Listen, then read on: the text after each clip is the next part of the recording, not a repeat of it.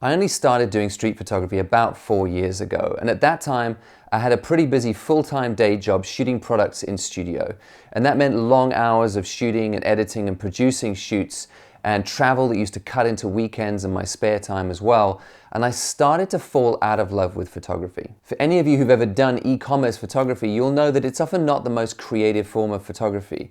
I worked for a company that had a nice clean website, nice white background, and every product had to be shot with the same sort of lighting at exactly the same sort of angles, so when it was all loaded onto that clean white background, these products just looked like they're floating, there was a consistency to everything, and it was clean across the board. But that means that when you're shooting, it ends up being very uncreative. You don't get to play with the lighting or move things around too much, and it's sort of like a production line with products being moved in, you firing through the 5 or 6 shots you need to do, and then the next product in all day. And my creativity felt like it was dying a bit. So instead of accepting that state of affairs, I decided to give myself a really simple creative task every day.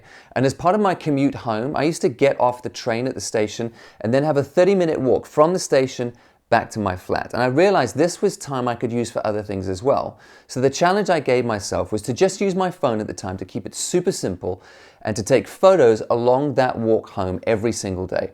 And the goal was to have at least one of those photos be something that I was sort of happy with, to edit that up and to post it. And this is what started me on my journey with street photography. It was just a really busy job where I didn't feel I could be creative enough, even though I was doing photography. It's one of the least creative forms of photography.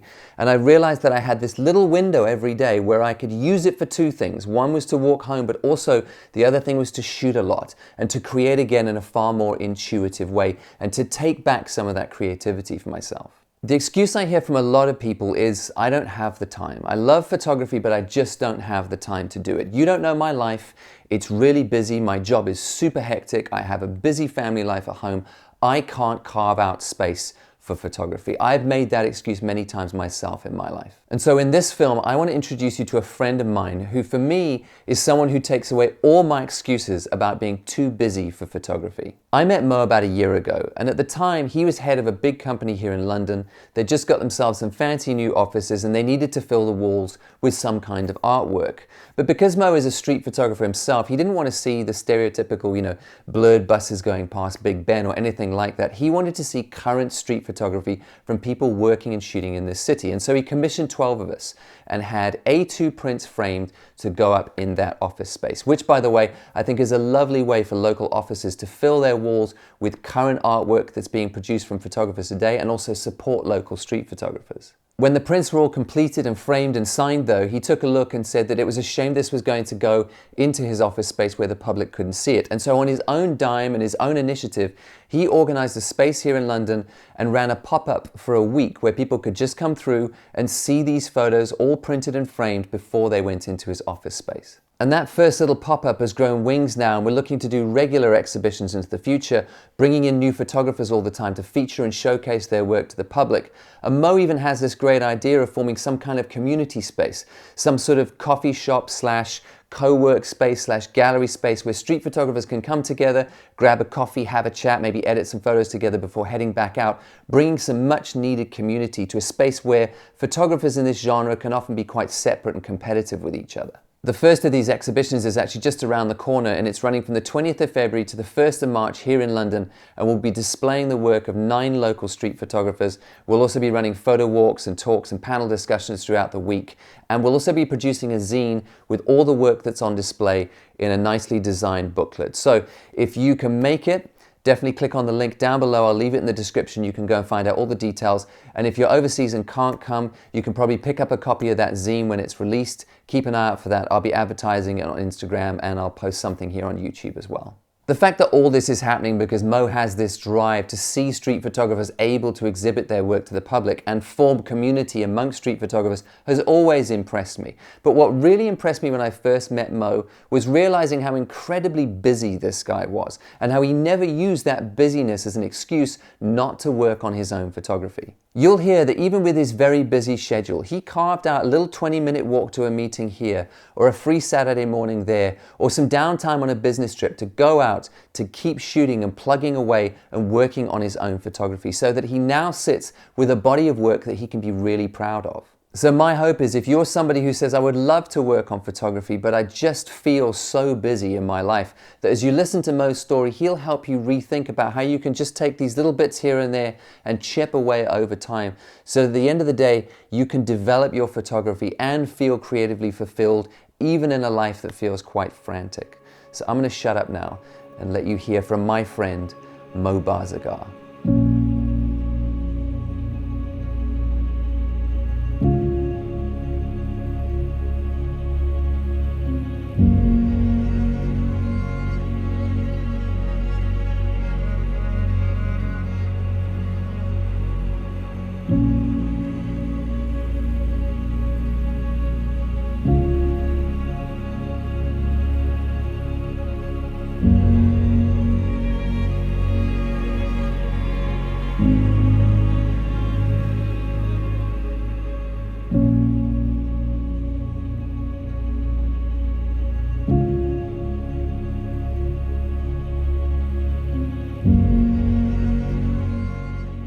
My name is Mo Barzegar. I was born and raised in Iran until about the age of 15. As a child, I was very interested in the arts. I liked drawing, painting. It wasn't until about I was 12 years old. I used to go to a local newsstand in our city. And I was fascinated by all the magazines that were on display. I was particularly interested in, believe it or not, hunting and wildlife at that time. And right next to the hunting and wildlife section, there was a photography section. And ultimately, my eyes caught those magazines, and I started perusing through them. And then I said, you know what, it's interesting. I want to take photographs. And I was about, as I said, 12 years old that I got my first camera. And back then, obviously, it was all film, and it was a Canon FTB with a 50mm lens. And that was kind of the beginning of my love affair with photography. Back then, it was just really random snapshots, photographs of family, holidays. The one shot that resonates with me quite a bit is a photograph that I took of a tree-lined street in autumn with the leaves on the ground. And I just learned about depth of field, and I, put the camera at 2.0, and I kind of blurred out the foreground and the background, and I was in awe with that photo. And I think that's kind of really what got me over the goal line, that I said, okay, I really love this thing. At that point, I decided to move to America to pursue my studies. I started my career as a financial analyst in real estate, and what ended up being ultimately a 30+ year career over the last 3+ decades. I've lived in a lot of different cities, as I mentioned. I moved to Amsterdam in 2004.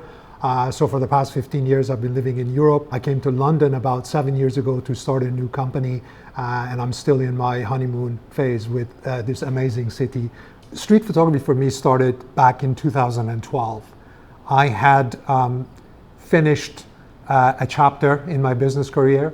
I had started a company in Amsterdam, and by 2012, we had sold the business, I had exited, and I decided to take a break. During that year, I moved back to San Francisco, and I wanted to take time to travel, spend time with the family, and because of the time that I had on my hand, I decided to pick up the camera again and start taking photographs. At that time, the word street photography was increasingly coming across in media, online, etc., and I decided to take a workshop. So I attended a 2-day workshop, and that really helped kind of jumpstart my interest in street photography.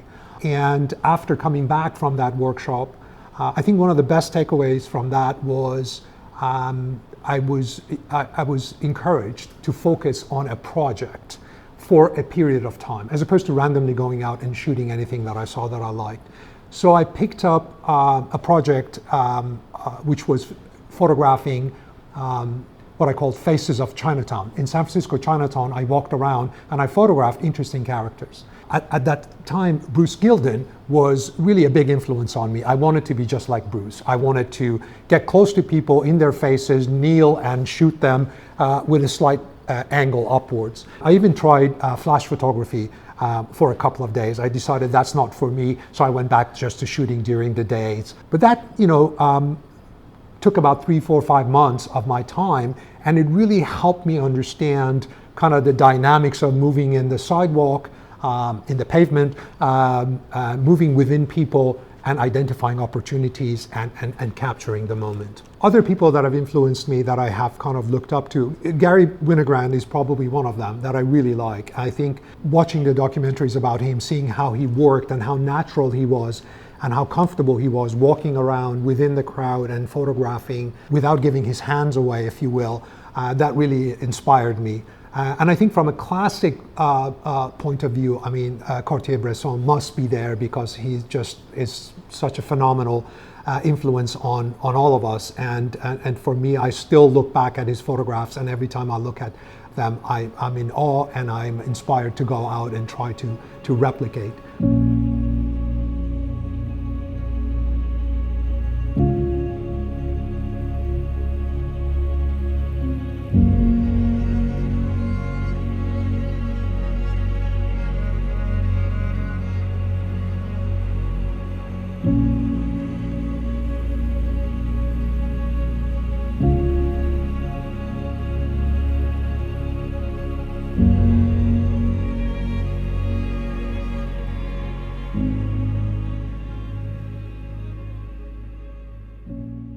Opportunity came up in London to start a new company.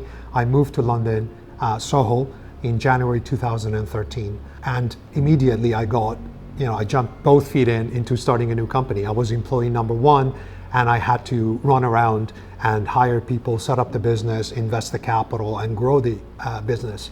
That took a lot of time and energy. There was very little time left for anything else in the first few months, up to the first year. But I was walking around London all the time. I was in Soho, I was walking across Oxford Circus and Regent Street and Piccadilly Circus, and I saw the amazing opportunities to photograph people. It was after about a year that I said to myself, look, this is something you need to get back into. This is an amazing opportunity for you to document life in London during the upcoming years. So it wasn't long after that I picked up my camera and started shooting on the weekends, because my weekdays were filled from early morning till late at night. And I liked the vibe on the streets on Saturdays. So Saturdays became my shooting days. It was dedicated to street photography.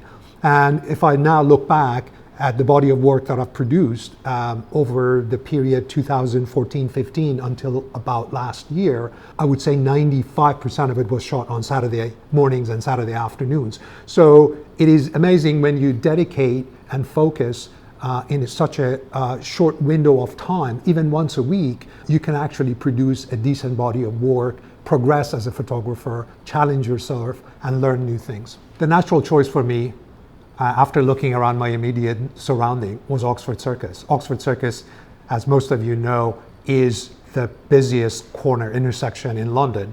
And shooting with a 28mm in busy sidewalks, that was a perfect location for me. I'm not a patient kind of a photographer that stands still and waits for people to walk into my frame.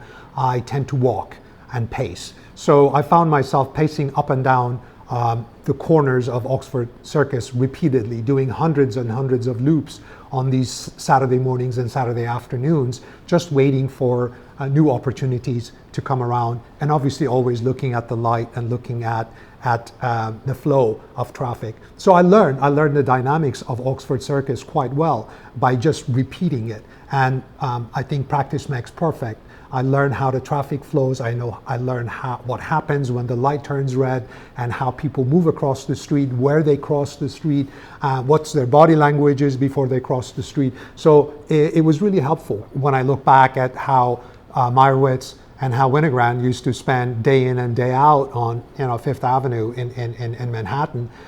They kept going back to the same corners. They were familiar with it, and it paid off for them. So for me, Oxford Circus became my regular spot where I would just literally be there and had a routine and would walk up and down and come back to the same corner and repeat again. And I think that for me was really instrumental in helping develop my instincts on the street, as well as really learn how to shoot with a 28 in that kind of a tight environment, and it became second nature to me. And it doesn't have to be Oxford Circus, honestly, because we often overlook opportunities that are right in front of our doorsteps. Sometimes we find the most amazing opportunities in the most mundane places and locations. It's just a matter of having that commitment and passion, saying, I'm going to grab my camera, I'm going to go out there, and I'm going to observe. I'm going to observe and keep this mind quiet and see what comes across my viewfinder. In the past, mostly I was shooting with a 28, so my photographs were a lot more contextual. And I started with black and white photography.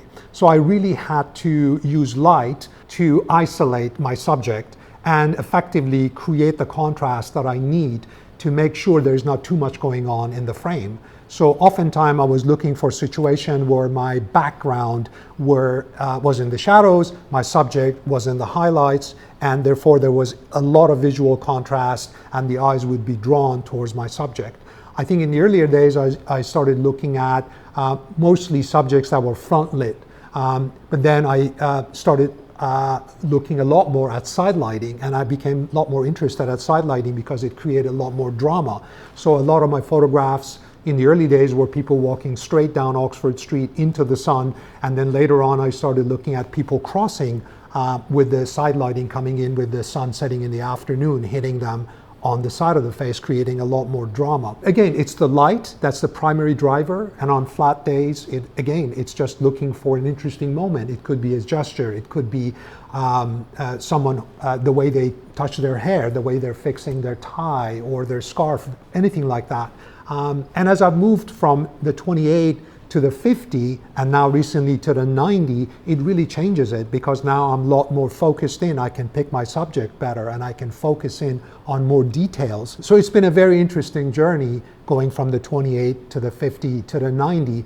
But ultimately, even with the 90, I'm always looking for the light, and the light is really essential in my photography. Shooting with a 28mm lens, you get a lot of context, you get a lot of background. I realized quickly that shooting color at 28 with a big depth of field is really challenging, because you get a lot of distraction, a lot of noise in your background. So I decided that I was going to shoot in black and white and really use light, as I mentioned earlier, to help isolate my subjects. But I still needed the depth of field for zone focusing, because I needed to shoot very quickly and react quickly. In the last 6 months, I've kind of put all of that aside and I've challenged myself. And the challenge was, we're going into the autumn, light is diminishing, I have more time in my hand, I want to shoot later into the day, I want to shoot at night. How am I going to accomplish that? I have to shoot wide open. Now, shooting wide open has given me the opportunity to experiment a bit more, but also shooting with longer lenses allowed me to isolate the subject, compress the depth of field more, and that's brought color into my photography. That's been quite a challenge for me. It's been an amazing, I would say, experience for me, and it has kind of upped the game for me. And I think that's really interesting for all of us, to continue to challenge ourselves. Never feel too comfortable doing what we do. Always find a new way of shooting, a new place to shoot, a new style, a new approach, a new focal length. And I think that's what keeps us alive. It certainly keeps me alive and challenged and invigorated.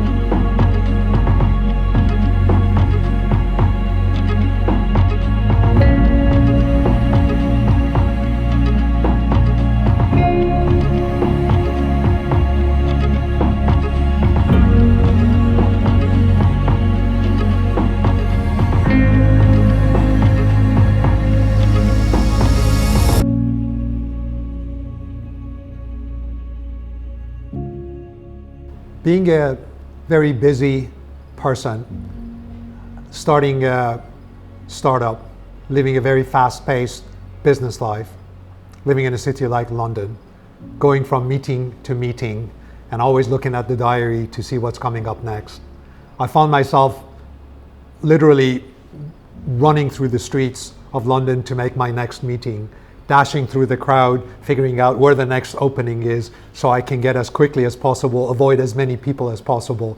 And I was always thinking about what's next. What is my next meeting? Am I going to be late?